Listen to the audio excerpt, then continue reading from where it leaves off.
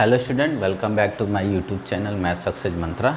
और आज class 10th में हम नया चैप्टर लेकर आए हैं। आज इससे पहले आपको मैं क्वाड्रेटिक इक्वेशंस पढ़ा रहा था और मैं बता देना चाहता हूँ क्वाड्रेटिक इक्वेशंस में दो मेथड्स हैं। एक तो बाई सॉल्व करना है बाई फैक्टराइजेशन, एक है बाई क्वाड्रेटिक फार्मूला। मैंने क्या किया है, इन दोनों को पढ़ा दिया है। ठीक ना, मैं क्या किया हूँ, इन दोनों को पढ़ा दिया हूँ। और अब मैं स्टार्ट करूँगा आज अर्थमेटिक प्रोग्रेशन, जिसको शॉर्ट में एपी बोलते हैं। क्या बोलते हैं? एपी बोलते हैं। उसके क्वेश्चन बनाइए, कुछ साइड बुक का सहारा लेके क्वेश्चन बनाते रहिए। पॉसिबल नहीं है कि यूट्यूब पर मैं एक एक क्वेश्चन आपको करा दूं, लेकिन हम भरसक प्रयास कर रहा हूं कि इंपॉर्टेंट क्वेश्चन साथ में हो जा रहे हैं। ठीक है ना, तो आज हम लोग अर्थमेटिक प्रोग्रेशन पढ़ेंगे। ठीक है ना, चलिए। अर्थमेटिक प्रोग्रेशन होता क्या है, जिसको हम एपी बोलते हैं। अब कुछ हम सीक्वेंस लेते हैं। सीक्वेंस क्या होता है उसको भी बताते हैं। तो यहाँ पर पहला है 2, 4, 8, 14, 22, 2, 4, 8, 16, 32, 2, 4, 6, 8, 10, 2, 5, 8, 1, 5, 9, 13, 17,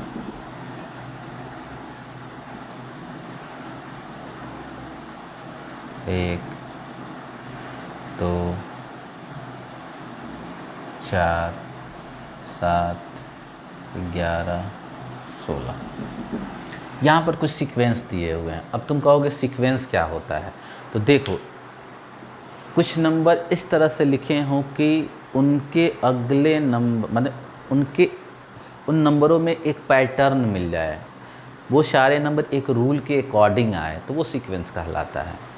मतलब समझ में आ रही है? रीजनिंग के क्वेश्चन आप लोग किए होंगे, आपसे कह देता है कि ये 4 नंबर दिया तो अगला क्या होगा, तो आप एक पैटर्न खोजते हो उसमें कि इन नंबरों में क्या पैटर्न मिल रहा है, मतलब कौन से रूल को फॉलो कर रहा है। तो कोई भी नंबरों का वो समूह जिसमें एक रूल, एक नियम लग जाए, एक फार्मूले के अकॉर्डिंग वो आए, उसको हम सीक्वेंस बोलते हैं। और उसी सीक्वेंस का एक पार्टिकुलर फॉर्म होता है अर्थमेटिक प्रोग्रेशन।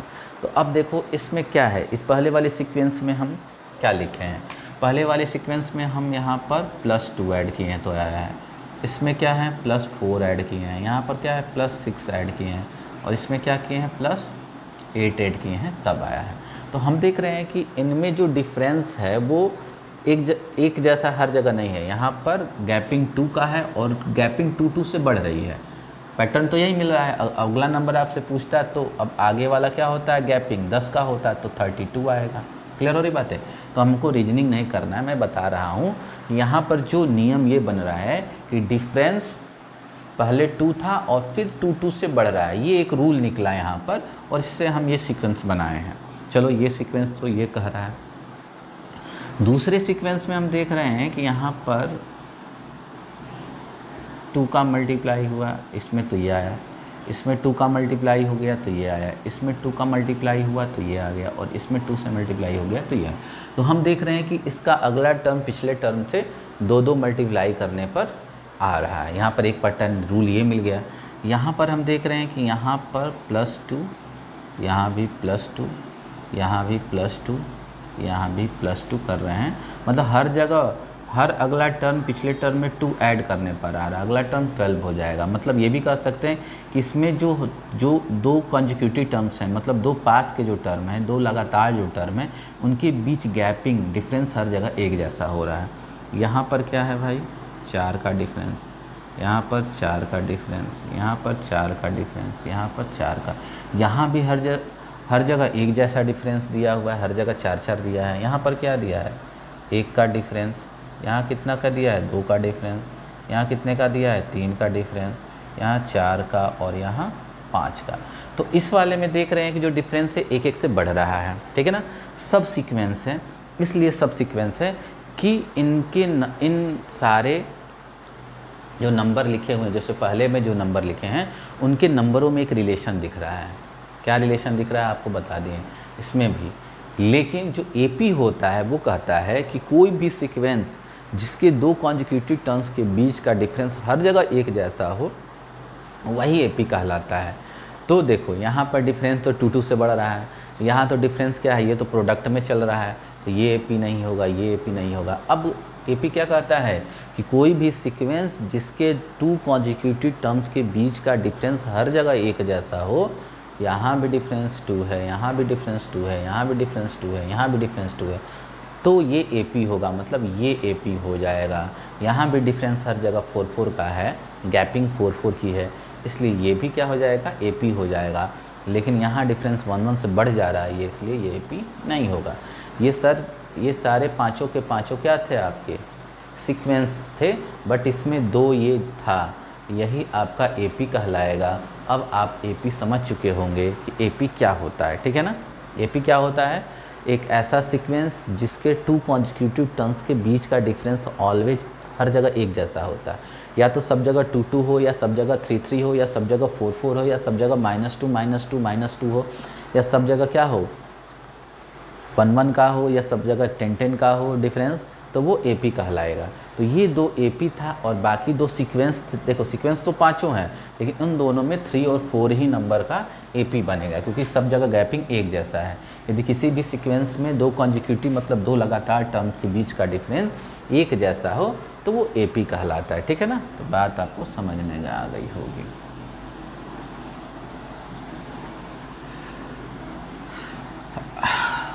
चलिए और भी लिख लेते हैं एपी, जैसे एग्जांपल है एपी का 4, 7, 10, 13, 16। अब ये एपी है, क्यों एपी है, क्योंकि यहाँ पर +3 गैपिंग हर जगह 3 की है, तो ये एपी कहलाएगा। अब देखो ये जो कॉमन डिफरेंस मतलब हर जगह जो डिफरेंस मतलब गैपिंग जो हो सेम हो रहा है, इसको हम बोलते हैं कॉमन डिफरेंस। एपी में क्या बोलते हैं, कॉमन डिफरेंस, और यहाँ पर कॉमन डिफरेंस क्या है, 3 है। अब ये बड़ा इम्पॉर्टेंट एक चीज़ है आपके लिए, यदि कॉमन डिफरेंस आपको मालूम है तो एपी लिखना बहुत आसान हो जाएगा। लेकिन कब, जब आपको फर्स्ट टर्म मालूम हो। क्या मालूम है, उसका फर्स्ट टर्म मालूम हो। यहाँ फर्स्ट टर्म कितना है, 4। यदि फर्स्ट टर्म मालूम है और कॉमन डिफरेंस मालूम है तो हम एपी की क्या कर सकते हैं, कंस्ट्रक्ट कर सकते हैं। अब कैसे कंस्ट्रक्ट करेंगे, फर्स्ट टर्म लिख लीजिए, और अगले जो टर्म मिलेगा वो तो क्या होगा, कॉमन डिफरेंस ऐड करके मिल गया, तो 3 ऐड कर दीजिए तो अगला, इसमें 3 ऐड करिए तो अगला, इसमें 3 ऐड करिए तो नेक्स्ट, इसमें 3 ऐड करिए तो नेक्स्ट। मिल गया कि नहीं। 2 चीज़ इसमें इम्पॉर्टेंट है कि फर्स्ट टर्म क्या है और कॉमन डिफरेंस क्या है। यदि ये 2 चीज़ मालूम हो तो हम एपी को कंस्ट्रक्ट कर सकते हैं, मतलब एपी को हम लिख सकते हैं। तो ये 2 वर्ड हमेशा आएगा, कॉमन डिफरेंस और फर्स्ट टर्म। तो जनरली कॉमन डिफरेंस को एपी में ध्यान से देखिए,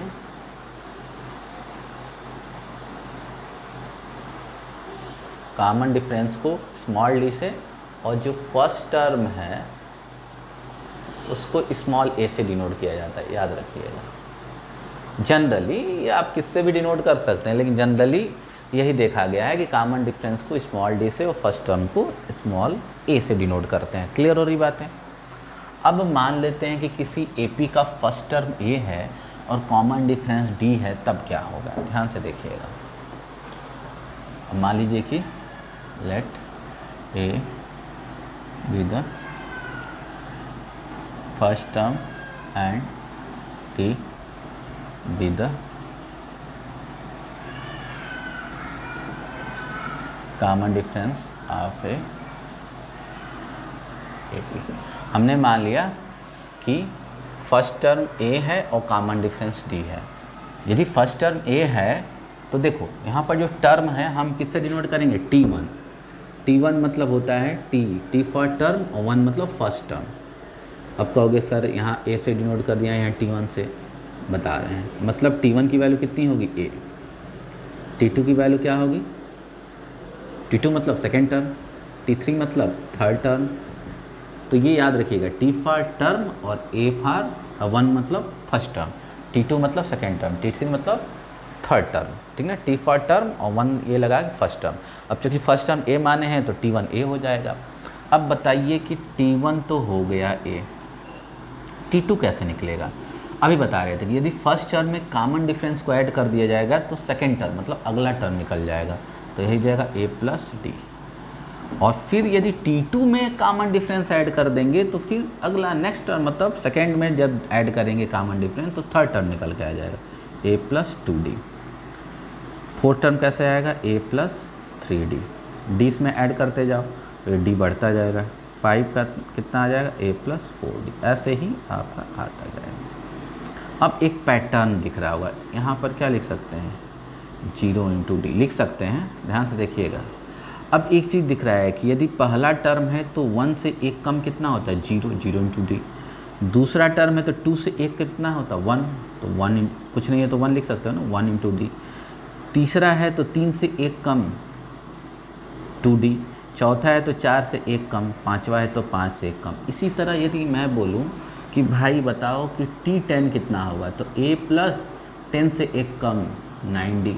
और इसी तरह से बोलो कि ये nवां टर्म, nth टर्म, nवां मतलब n की वैल्यू, nth टर्म कितना हो जाएगा? A प्लस n से 1 कम n माइनस 1 इंटू डी, ये आएगा। और यही है किसका फार्मूला? nth टर्म का। nth टर्म इक्वल टू होता है A plus n minus 1 into D. ए जो मन वो ले लो, जैसे nth टर्म मतलब अब जैसे आपको 20वां टर्म निकालना है तो n की वैल्यू 20, तो A plus B minus 1 into D क्या हो जाएगा? A प्लस क्या हो जाएगा? A प्लस 90D हो जाएगा। क्लियर हो रही बात है? तो ये एक फार्मूला बन गया आपका, nth टर्म का फार्मूला बन गया कि कैसे हम किसी भी AP का डायरेक्ट हम वो टर्म फाइंड आउट कर लेंगे। जैसे फॉर एग्जांपल आपको कोई AP दिया हो,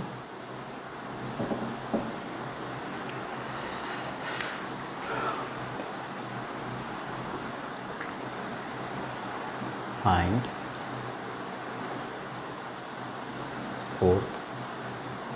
फोर्थ नहीं 8th terms of given AP। जैसे 4, 9, 13, 14, 19 ये दिया हुआ है, ठीक ना। तो यहाँ पर आप लिखिए पहले A की वैल्यू कितना है? 4, फर्स्ट टर्म कितना है? 4। और D कैसे निकालेंगे? गैपिंग निकालना है। तो गैपिंग निकालने के लिए कोई भी 2 टर्म लगातार का पकड़ लीजिए, चाहे तो पहला दूसरा पकड़ लीजिए, चाहे दूसरा तीसरा पकड़ लीजिए, चाहे तीसरा चौथा, मतलब दोनों टर्म क्या होंगे? लगातार होने चाहिए। तो ये 2 लगातार टर्म हुए। अब जो अगला टर्म उससे पिछला टर्म माइनस कर लीजिए, 9 माइनस 4 इक्वल टू कितना हो जाएगा? 5। याद रखिएगा कभी भी 2 टर्म होगा तो इसमें से इसको माइनस करेंगे, कभी भी 4 माइनस 9 मत कर दीजिएगा, नहीं तो गड़बड़ हो जाएगा क्वेश्चन, ठीक है ना। जैसे आप लिए होते 19 और 14 तो 14 में से 9 को माइनस करते तब कॉमन डिफरेंस। कॉमन डिफरेंस कैसे निकलेगा? हमेशा नेक्स्ट में से प्रीवियस टर्म को माइनस करेंगे। जो भी 2 टर्म लेंगे, लगातार के 2 टर्म लेना है। लगातार मतलब 9 के बाद 14, 9 के बाद 14 लेंगे, ये 2 टर्म लेंगे। और इस दोनों टर्म में नेक्स्ट है 14 और प्रीवियस है 9, तो नेक्स्ट में से प्रीवियस को माइनस कर दोगे तो D निकल के आ जाएगा। या आप ये दोनों टर्म लिए होते तो नेक्स्ट है 19 और प्रीवियस है 14, 19 माइनस 14 कितना आ जाता है? 5 आ जाता है। तो कोई भी लोगे तो 5 ही आएगा। अब A निकल गया और D निकल गया। आपको 8वां टर्म पूछ रहा था, क्या पूछ रहा था? T8 मतलब A प्लस फार्मूला है 8 minus 1 into D, A plus 7D। A की वैल्यू 4 और 7D की वैल्यू 5, तो हो जाएगा 4 प्लस 35 कितना हो जाएगा? 39। निकाल लिया हमने, बोलिए। चलो तो इतना स्क्रीनशॉट ले लो, ये एग्जाम्पल था, इसमें हमने निकाल लिया। कैसे D निकालेंगे ये भी हमने बता दिया आपको।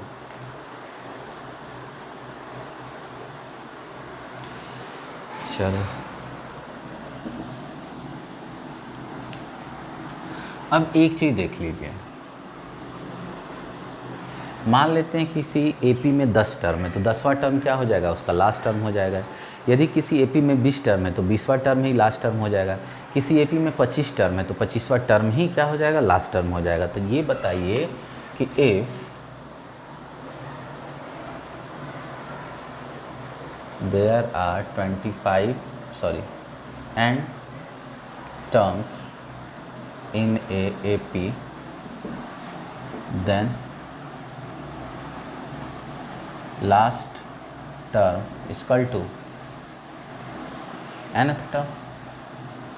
बोलो भाई, if there are n terms in AP, यदि किसी AP में n ही टर्म है तो जो लास्ट टर्म होगा वो तो n टर्म होगा। लास्ट टर्म को डिनोट करेंगे स्मॉल a से। n टर्म का फार्मूला क्या होता है? a plus n minus one into D.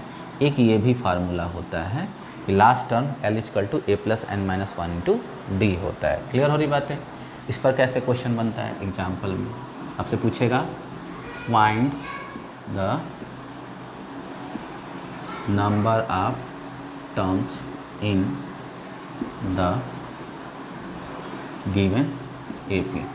जैसे दिया है 2, 4, 6, 8, लास्ट में दिया 56 और आपसे पूछा कि इसमें कितने टर्म होंगे। बहुत आसान है, क्या क्या मालूम है ये लिख लीजिए। 2 मालूम है, फर्स्ट टर्म 2, कॉमन डिफरेंस 2 का दिख रहा है तो डी भी क्या होगा? 2 होगा। अच्छा ये बताइए लास्ट टर्म कितना दिख रहा है? यहाँ 56 दिया है, एल की वैल्यू 56। हमको n मालूम करना है कि n क्या होगा, ठीक ना। ये फार्मूला आप जानते हो, l equal to a plus n minus one into D. कितना हो जाएगा ये?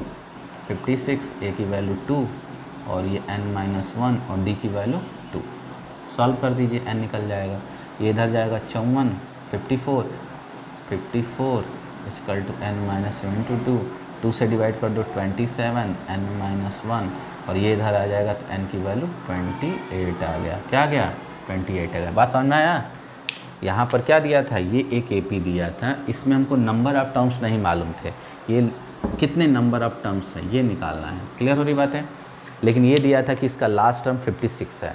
फर्स्ट टर्म भी मालूम है, लास्ट टर्म भी मालूम है और कॉमन डिफरेंस भी मालूम है। यदि इसमें 4 वेरिएबल यूज हुआ है L, A, N, D और इसमें से 3 कोई भी मालूम हो जाएगा तो चौथा निकल जाएगा, याद रखिएगा, ठीक है ना। क्लियर हो रही बात है? तो यहाँ पर A की value 2, D difference, common difference कैसे होगा? 4 में से 2 माइनस कर दो 2 आएगा। L की वैल्यू क्या है? लास्ट टर्म 56 है। N की वैल्यू नहीं मालूम है, इस फार्मूले में रखो निकल के आ जाएगा। बोलिए। तो हमने आपको आज पढ़ाया कि nth टर्म कैसे निकालते हैं और लास्ट टर्म कैसे निकालते हैं, ठीक ना। चलो और क्वेश्चन कर लेते हैं। जैसे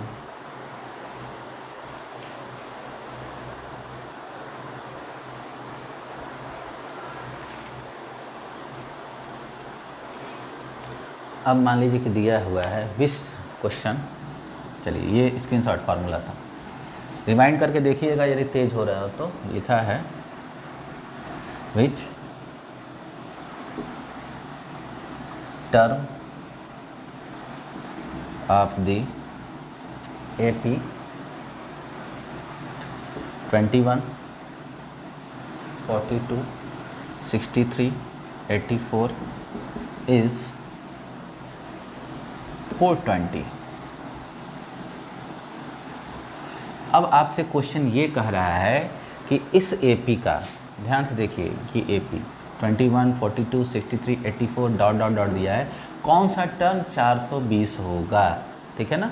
हमको तो मालूम नहीं है कि कौन सा होगा, तो मान लेते हैं कि nवां टर्म होगा। हम क्या मान सकते हैं कि 420 इस AP का nवां टर्म होगा। तो मान लीजिए कि लेट nth टर्म बी 420, ठीक है। nth टर्म मतलब n ही निकालना है। तो हमको एक क्या मालूम है यहाँ, फर्स्ट टर्म 21, डी कैसे निकालेंगे? इसमें से इसको माइनस कर दें तो 42 माइनस 21 ये भी आ जाएगा। ए मालूम हो गया, डी मालूम हो गया और nth टर्म मालूम है, मतलब Tn मालूम है 420। तो अब आप फार्मूला लगाइए Tn का। Tn इक्वल टू क्या होगा? a plus n minus one into D और Tn की वैल्यू हो जाएगा 420, a की वैल्यू क्या हो जाएगा 21, n माइनस वन मतलब n तो निकालना है और d की वैल्यू क्या होगा 21। अब इसमें माइनस कर दो 420 minus 21 equal to n minus one 21। माइनस कर दोगे तो 9 और ये हो जाएगा 9, डिवाइड कर दो 399 बाई 21, कितना हो जाएगा? एक ले जाओगे तो 8, 19 हो जाएगा। कितना हो जाएगा? 19 19 19, ठीक है, 19 टाइम्स काटोगे तो 19 आ जाएगा n-1 और ये इधर आ जाएगा तो n = 20। तो हमारा निकल के आ जाएगा कि n की वैल्यू 20। मतलब कौन सा टर्म, इसमें कितने नंबर ऑफ टर्म्स होंगे,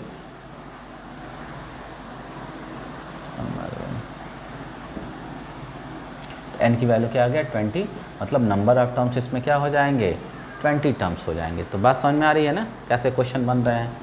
तो आप पढ़ेंगे तो 2 फार्मूले पर बेस्ड क्वेश्चन आप बनाइएगा अभी फ़िलहाल में। अभी देखो जब RS अग्रवाल खोलोगे तो उसमें पहले तो दिया रहेगा क्वेश्चन 4-5-6 तो कि कौन सा इसमें AP है कौन सा AP नहीं है, इस टाइप का क्वेश्चन। तो आप कॉमन डिफरेंस निकाल के देखेंगे, हर जगह डिफरेंस क्या हो एक जैसा हो तो वो AP हो जाएगा। पहले तो वीडियो को शुरू से अंत तक देखिएगा तब समझ में आएगा। दूसरी बात है कि आप घर पे थोड़ा सा वर्कआउट करिए, पढ़िए बढ़िया से, पूरा वीडियो देखिए यार, 1-2 मिनट देखने से नहीं होगा, पूरा वीडियो देखिए और अपने बच्चों मित्रों और दूसरे स्कूल के बच्चों में भी इसको शेयर करिए। ज़रूरी नहीं कि अपने स्कूल तक ही सीमित हो, जो आपका फ्रेंड हो किस स्कूल का है, अपने ही बच्चे हैं, आप लोग ग्रुप बनाए हैं अपने, उसमें शेयर कीजिए, उसको देखिए। मैं ये बता रहा था कि पहले तो क्वेश्चन आपको आएगा कि कौन सा AP है कौन सा AP नहीं है, पहचानने वाला। तो वो तो सब जगह डिफरेंस आप देख लेंगे, सेम होगा तो AP हो जाएगा, नहीं होगा तो AP नहीं होगा। फिर आपको फर्स्ट टर्म क्या होगा ये पूछेगा, कॉमन डिफरेंस क्या होगा ये पूछेगा। अगर फर्स्ट टर्म कॉमन डिफरेंस आप फाइंड आउट कर लेते हैं तब आपसे पूछेगा AP देकर कि उसका 10वां टर्म निकालो, 20वां टर्म निकालो, 30वां टर्म निकालो, इस टाइप का क्वेश्चन आएगा। फिर उसमें नंबर ऑफ टर्म्स कितने होंगे ये पूछ सकता है, यदि AP दिया हो, लास्ट टर्म दिया हो तो नंबर ऑफ टर्म्स होंगे क्या होंगे। फिर आपसे ये पूछेगा कि इस AP का कौन सा टर्म इतना होगा। तो इतने क्वेश्चन आप लोग कर लेंगे बढ़िया से, समझ में आ रही बातें। आप लोग देखिएगा, मैं फिर जब आऊँगा नेक्स्ट वीडियो लेकर तो उसमें आपको बताऊँगा आगे के कॉन्सेप्ट, सम बताना है। अभी बहुत सी चीज़ें, थोड़ा सा ये लंबा खींचेगा, लंबा क्या खींचेगा, कम से कम 5 क्लास तो चलेगी ही चलेगी, इसकी 5 या 6 क्लास चलेगी, उसमें हम कंप्लीट कराने की कोशिश करूँगा। तो ये वीडियो अच्छे से शुरू से अंत तक देखिए और वीडियो को लाइक शेयर और कमेंट बॉक्स में अपनी समस्या को भी लिखिए, जिससे मुझे आपकी समस्या का पता चले। आप नहीं बताएंगे अपनी समस्या तो मुझे पता ही नहीं चलेगा कि आप क्या कर रहे हो, ठीक है ना। व्हाट्सएप करिए, जो भी करना हो करिए। आज क्वेश्चन मैं नहीं दे रहा हूँ, अपने से आप लोग करिए, ईमानदार हैं बच्चे भाई, ये ज़रूरी नहीं है कि हम रोज़ क्वेश्चन आपको दें और तब आप लोग क्वेश्चन करके हमको सुनाएंगे। आप अपने से भी कर सकते हैं, बुक खोलिए, RS अग्रवाल सबके पास होगा, उसी से करिए, NCERT छोड़ दीजिए, ठीक है ना। और वीडियो यदि देख रहे हैं तो उसके लिए थैंक यू।